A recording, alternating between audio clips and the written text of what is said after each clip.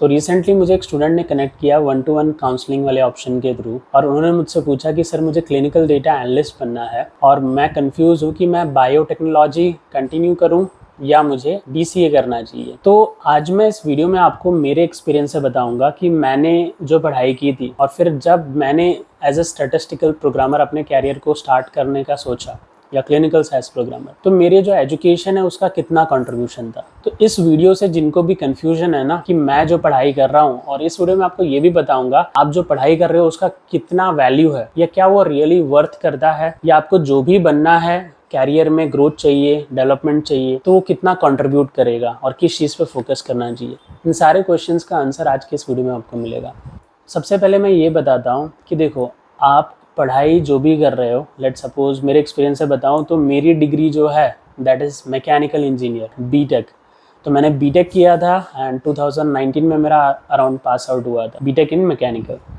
उसके बाद क्या हुआ, जब मैं कैरियर स्टार्ट करने गया अपना, ठीक है, मतलब मैं जब अपना प्रोफेशन स्टार्ट करने गया तो मोस्टली आप लोगों को क्लियरिटी नहीं रहती है, वही क्लियरिटी मुझे भी नहीं थी कि हमें ये तो पता होता है कि चलो हमने ये पढ़ाई कर ली, और पढ़ाई हम मोस्टली वो चूज़ करते हैं जिसकी मार्केट में अच्छी डिमांड। सेम मैंने भी ऐसा ही किया, अच्छी डिमांड वाली चूज़ की जो कि उस टाइम पे मैकेनिकल थी। एक टाइम था जब पेरेंट्स अपने चिल्ड्रंस को या तो इंजीनियर या तो डॉक्टर बना देते, तो जो डॉक्टर बहुत अच्छा नहीं पढ़ते थे तो बाय डिफॉल्ट इंजीनियर वाली कैटेगरी में चले जाते थे। But that is also not bad कि वो भी एक अच्छा प्रोफेशन था, इसलिए आपको बहुत सारे इंजीनियर्स मिल जाएंगे कि डॉक्टर मतलब हर कोई नहीं बन पाता था, उसके लिए एग्रेसिव लर्निंग करनी पड़ती थी। तो उसके बाद क्या हुआ, जब मैं अपना प्रोफेशन स्टार्ट करने गया पढ़ाई के बाद, तो मुझे ये जानने मिला कि आपको जॉब स्टार्ट करनी है और आपने एक पढ़ाई किया, लेट सपोज आपने BCA किया है या आपने मैकेनिकल इंजीनियर किया। एक मैकेनिकल इंजीनियर के लिए बहुत सारे डिपार्टमेंट होते हैं, क्वालिटी हो गया, प्रोडक्शन हो गया, मेंटेनेंस हो गया, ऐसे बहुत सारे डिपार्टमेंट है। तो आपको ये क्लियरिटी होनी चाहिए कि आपको कौन से डिपार्टमेंट में काम करना है। सबसे पहली चीज़, अगर आपको ये क्लियरिटी है कि आपको कौन से डिपार्टमेंट में काम करना है, उसके बाद आपको ये क्लियरिटी होनी चाहिए कि आपको कौन से रोल पे काम करना है। तो अब जब आपको ये क्लियरिटी आ जाती है कि मुझे ये डिपार्टमेंट में काम करना है, ये रोल पे काम करना है, और ये मेरे एजुकेशन के रिलेटेड है,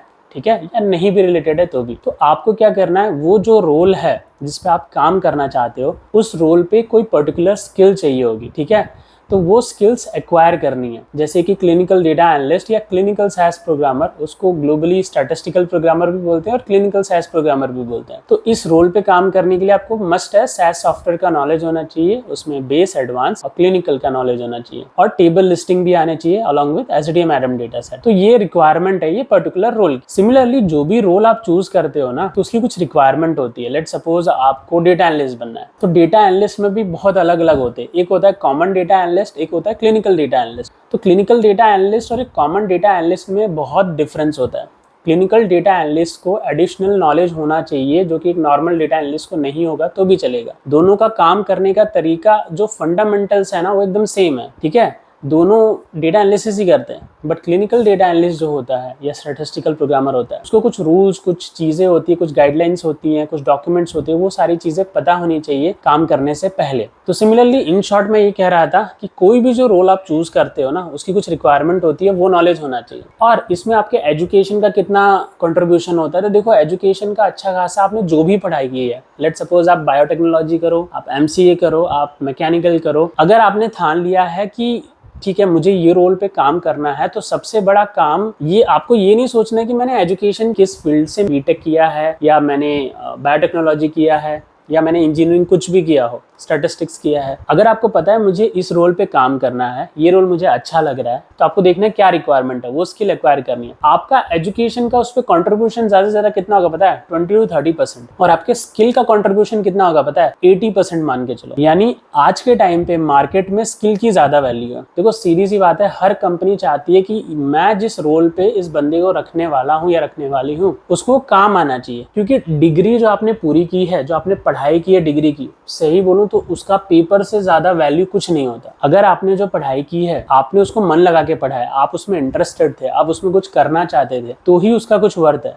नहीं तो आपने जो डिग्री की है ना, जिसने अभी पढ़ाई पूरी कर ली है और जो जॉब कर रहे हैं ना, उन्हें मोस्टली पता होगा ये चीज़, मतलब सभी लोगों ने फेस नहीं किया होगा, but most of the common scenario क्या होता है, आपकी डिग्री है ना एक पेपर के समान होती है at the end of the day. आप जो भी पढ़ाई कर लो, उसके बाद जो मेन चीज़ होती है, जब आप कैरियर में आगे बढ़ना चाहते हो, जब अपना प्रोफेशन मतलब बनाना चाहते हो, ग्रो करना चाहते हो, ठीक है, अच्छी सैलरी लेना चाहते हो, तब बात आती है स्किल्स की। तो स्किल्स सबसे ज़्यादा ज़रूरी है। अगर मुझे रेट करना हो ना डिग्री को, तो मैं डिग्री को 1 रेट करूँगा आउट ऑफ 10। अगर मुझे रेट करना हो कि स्किल्स को, तो मैं उसको रेट करूँगा 10। 10 क्यों रेट कर रहा हूँ? क्योंकि हर कंपनी चाहती है कि ये बंदे को वो काम आए जो काम मुझे इससे कराना है। तो स्किल की आज के टाइम पे हमेशा ही वैल्यू है।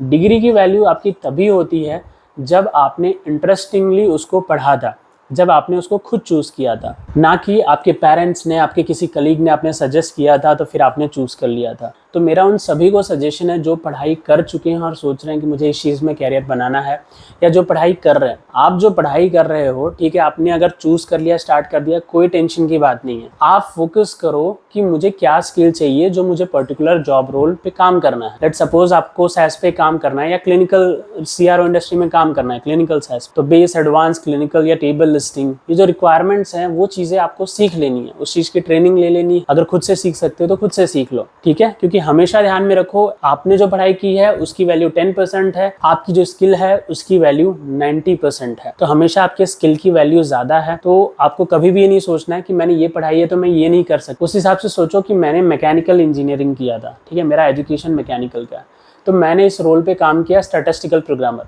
Mostly life science, statistics, B pharmacy, जो भी ऐसे बैकग्राउंड है ना जो कि मेडिकल के रिलेटेड या लाइफ साइंस के रिलेटेड, उनको प्रीफर किया जाता है। बट इवन दो मैं मैकेनिकल इंजीनियर था, मैंने इस रोल पे काम किया। बहुत लोग ऐसा सोचते हैं ना कि मैं ये नहीं कर सकता या ये नहीं लेंगे। मैंने वैसे सोचा ही नहीं था कि ये नहीं लेंगे, मैंने सोचा कि मैं कर सकता हूँ, तो मैंने अपना बेस्ट ट्राई किया। बहुत लोग क्या होता है, आप सिमिलर फील्ड के भी होते हो, आप लाइफ साइंस में से किसी फील्ड के होगे, बट आपको ऐसा लगता है नहीं वही वाले को लेंगे। देखो, जब तक इस दुनिया में कोई चीज़ कोई करके नहीं दिखा देता ना, तब तक कोई बिलीव नहीं करता। तो उसके बाद क्या हुआ, मैंने खुद उस रोल पे काम किया, मुझे ट्रेनिंग और इस चीज़ में मुझे ज़्यादा इंटरेस्ट है, तो मैंने उसके बाद काफ़ी स्टूडेंट्स को ट्रेन किया। आज के टाइम पे मेरे स्टूडेंट्स कॉर्टिशियन हो गया, जो कि अभी वर्नेक्स ने एक्वायर कर लिया है, उसमें है, लिली में है, IQVIA में है, फाइज़र में है, ऐसे बहुत सारे, एफिकेसी में, ऐसे बहुत सारे कंपनी में काम कर रहे हैं। मैंने काफ़ी स्टूडेंट्स को ट्रेन किया। तो देखो, at the end of the day मैं आपको क्या बोलना चाहता हूँ, देखो मैंने खुद कभी ये नहीं सोचा कि ये मुझसे नहीं होगा, ठीक है, ना पहले ना आज, ठीक है। आज वो अलग चीज़ है कि जब आप एक लेवल पे आ जाते हो लाइफ में, तो आप थोड़ा कंफर्ट जोन में आ जाते हो, वो आपको नहीं करना चाहिए। बट मेरा सजेशन आपको यही है कि जब आप स्ट्रगल कर रहे हो ना अपने कैरियर को ग्रो करने के लिए, एक लेवल पे पहुंचने के लिए, तो इन शॉर्ट में आपको पूरा फोकस करना चाहिए स्किल एक्वायर करने पे।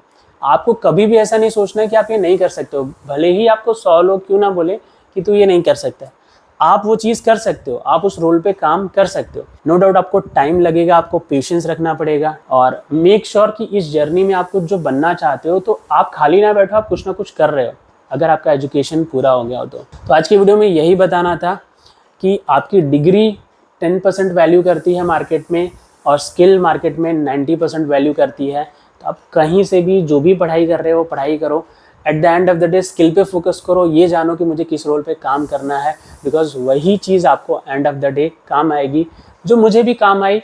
मैंने बहुत सारे स्टूडेंट्स को ट्रेन किया जो कि डिफरेंट फील्ड से थे, जो कि इस रोल पे काम कर रहे हैं, क्लिनिकल साइंस प्रोग्रामर, उनको भी काम आई।